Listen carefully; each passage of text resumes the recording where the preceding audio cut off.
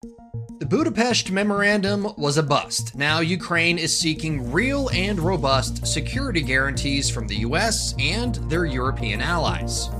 10 weeks to make a lifetime of difference. We head to the field to see how Ukrainian soldiers are receiving leadership training from the UK-led Operation Interflex.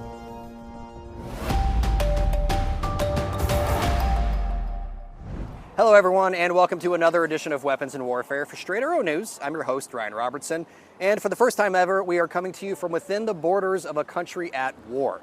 All this week, we are on the ground and reporting from Ukraine's 7th largest city, Lviv. It's home to almost 1 million people. The city serves as a major hub for displaced persons and volunteers dealing with the human impact of the war. Our goal is to put a face on the countless headlines that grabbed the world's attention since Russia's illegal invasion more than 3 years ago. An invasion that was never supposed to happen. In 1994, the leaders of the United States, the UK, Ukraine, and Russia all signed the Budapest Memorandum. The goal of that agreement was to provide security assurances to Ukraine in exchange for the country joining the Non-Proliferation Treaty and giving its old Soviet-era nuclear weapons back to Russia. The failure of that agreement and what happens next is the subject of this week's debrief. I think this is something that even Western analysts often miss about Ukraine, is that we have this experience in the past. And this is why we're so sensitive to words, wordings, language used in the documents. 31 years ago, with the world watching, Presidents Bill Clinton, Boris Yeltsin, Prime Minister John Major, and Ukrainian President Leonid Kuchma signed the Budapest Memorandum. The failure of that agreement has been on display since Russia's illegal annexation of Crimea in 2014 and its large-scale invasion in February of 2022. Its name, the Budapest Memorandum, has become synonymous to a failed document or a failed security guarantee. And if you look closely at the text that you filmed today, you will see that even the word guarantees is not there. There are security assurances. Ukrainian Foreign Ministry spokesman Hyori Tahi says now the memorandum is being used as a cautionary example to ensure Ukraine does not repeat past mistakes. Under the agreement, Ukraine relinquished the nuclear arsenal it inherited from the Soviet Union in exchange for security assurances from Russia, the United States, and the United Kingdom. The leaders of those respective countries pledged to respect Ukraine's independence, sovereignty, and borders, commitments Russia clearly violated. Ukraine, unfortunately, has this very bitter experience, very bitter past when it comes to security guarantees and negotiations on that and documents proving them. Tahi adds Kyiv is now extremely cautious about the language used in any future agreements. That is why today Ukraine's line is very clear, and President Zelensky was reiterating it in Washington, D.C., that Ukraine needs real security guarantees, which are robust, which are really effective, which are working, which are not assurances, they are real security guarantees. And obviously we don't need Budapest number 2. Tahi also emphasizes that the nature of cooperation fundamentally shifted. Ukraine is no longer merely seeking security guarantees. It is actively contributing to European security. This is a two-way street. So Ukraine is providing a lot of security to Europe. We're holding back, NATO's primary adversary, aggressive Russia. Ukraine is currently holding it back, the Ukrainian army. And we are very, I would say, realistic today. I think there is much more realism today in Ukraine than there was in 1990s. And we clearly understand that our own army is our main security guarantee. So, 3 decades on, Ukraine is once again negotiating its future with Western partners amid ongoing Russian aggression, as the decisions and compromises made in the 1990s continue to have a significant impact on its desire for lasting security. Prepare to move! Prepare to move! Move! Ask anyone who's ever served and they'll tell you professional development is crucial to creating an environment for success. Each branch of the military spends millions on the continuing education of their soldiers, sailors, Marines, airmen, and guardians. Even in times of conflict, training is a critical factor to winning any battle.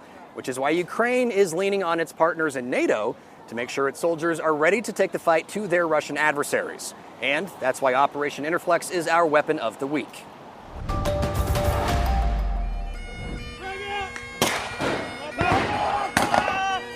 From clearing trenches and providing cover fire to leadership opportunities, these Ukrainian soldiers are preparing for a fight that's nearly 2,000 miles away.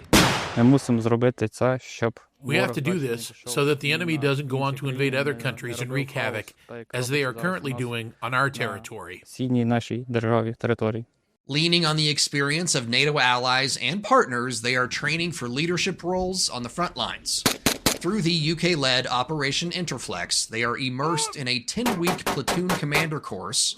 The focus is on teaching them the best tactics and strategies to take advantage of Russian weaknesses on the battlefield. I'm with the training team running the platoon commanders battle course, so training Ukrainian junior officers, junior leaders. So they'll be mostly going back to Ukraine and running platoons of about 30 soldiers. Mostly working in small teams from a variety of different cap badges, so infantry, artillery, logistics, all different kinds. We're mainly training them in sort of leadership and planning. Operation Interflex is an extensive program of courses taking place across various undisclosed locations in the United Kingdom. So our approach with our course is very much a two-way thing. We're trying to learn as much as we can from their experiences on the battlefield. And at the same time, what we're trying to teach them is not necessarily how you do an individual drill, how you conduct a specific attack. We're trying to teach them more processes, how to conduct planning, how to analyse a situation, and how to, apply your force to that particular problem. Interflex started in response to Russia's full-scale invasion of Ukraine in 2022. The course has trainers from NATO allies Albania, Denmark, Estonia, Finland, Lithuania, Romania, Sweden, and the United Kingdom. Australia and New Zealand also are involved in Interflex as NATO partners. We're not trying to tell them that, our way of doing things or our way of planning things is the only way.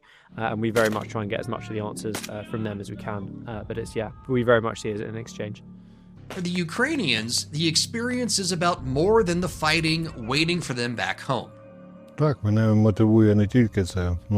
loss of my comrades in arms is not the only thing that drives me.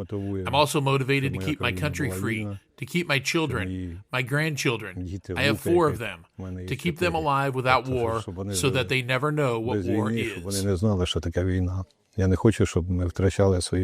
Times you go to ensure, okay, but you're aware of your surroundings at all times. To date, nearly 60,000 Ukrainian soldiers have taken part in Operation Interflex since it began in July of 2022, a number that represents a point of pride for the troops leading the training.